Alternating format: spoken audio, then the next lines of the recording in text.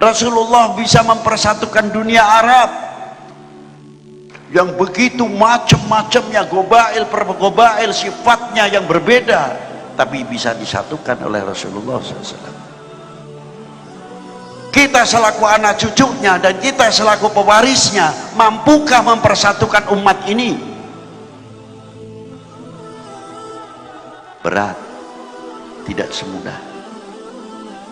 Dan mampukah kita mempersatukan bangsa ini sebagai suri tauladan, membawa misi-misi rahmatan lil alamin?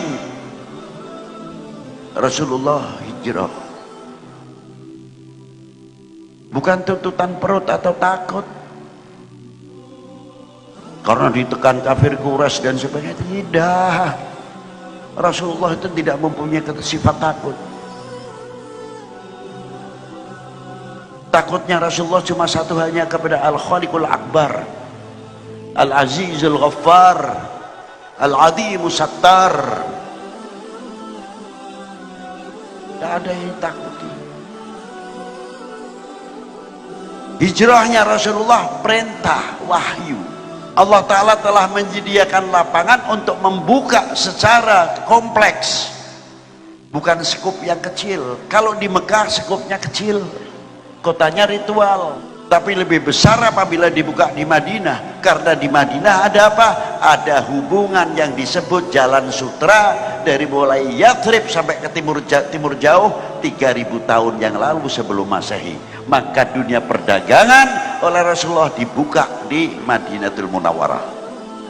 Bukan terus masuk hijrah, Allahu Akbar, takbir, Allahu Akbar,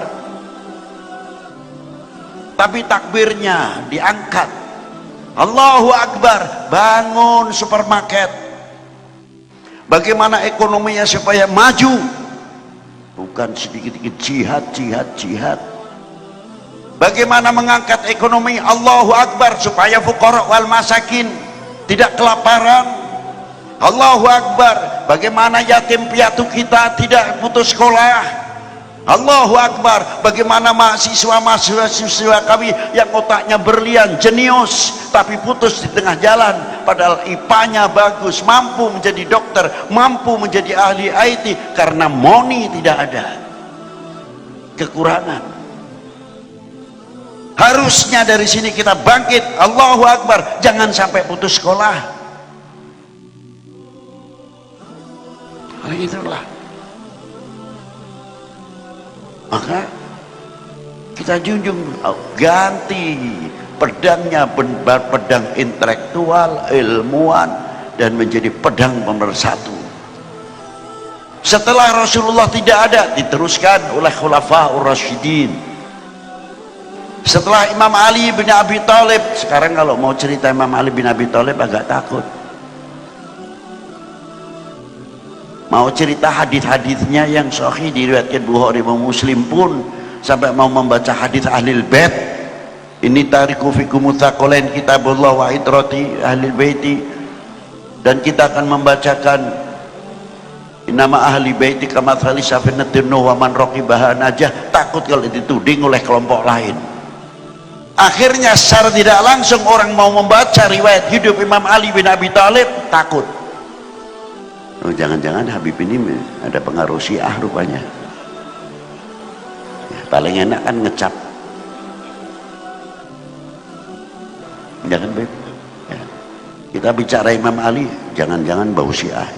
Inilah cara menyetop, akhirnya manaqib Imam Ali hilang. Lambat laun. Ahlul Baitnya pun hilang lambat laun. Dengan modal kalimah Syiah. Sebab senjata paling ampuh untuk menghabisi Ahlul Bait, angkat itu tadi. Sadar atau tidak? Dan bagaimana cara memecah Ahlul Bait? Dengan Ahlul Bait, benturkan antara sama mereka. Nanti kalau sudah Ahlul Bait yang sunnah wal jamaah, benturkan dengan Nahdlatul Ulama, sehingga supaya Nahdlatul Ulama tidak suka dengan Ahlul Bait Nabi Shallallahu Alaihi Wasallam. Ingat itu.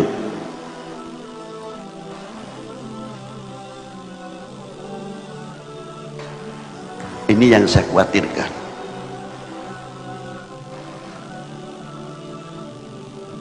Maka setelah Imam Ali bin Abi Thalib tidak ada, muncul kelompok raja pertama Bani Umayyah, berapa tahun wassalam, tumbah. Bani Abbas stop, nangkat. Sampai Baghdad terkenal 1001 malam. Imam Idris, Al-Imam Idris, seorang wali besar, ulama besar, bin Abdullah Al-Mahid bin Hasanil Muthanna bin Hasanu Sibti bin Ali bin Abi Talib. Al-Imam Idris datuk daripada Imamun Al-Abil Hasan Ali Syadili, datuk daripada Sayyidi Syekh Abdul Qadir Al-Jilani, karena Imam Idris adiknya kakeknya Sayyidi Syekh Abdul Qadir Al-Jilani terpaksa lari ke Marokis, ke Maroko. Karena apa? Ditekan oleh Bani Abbas. Contoh, sing ditekan iku sapa, sing nekan iku sapa.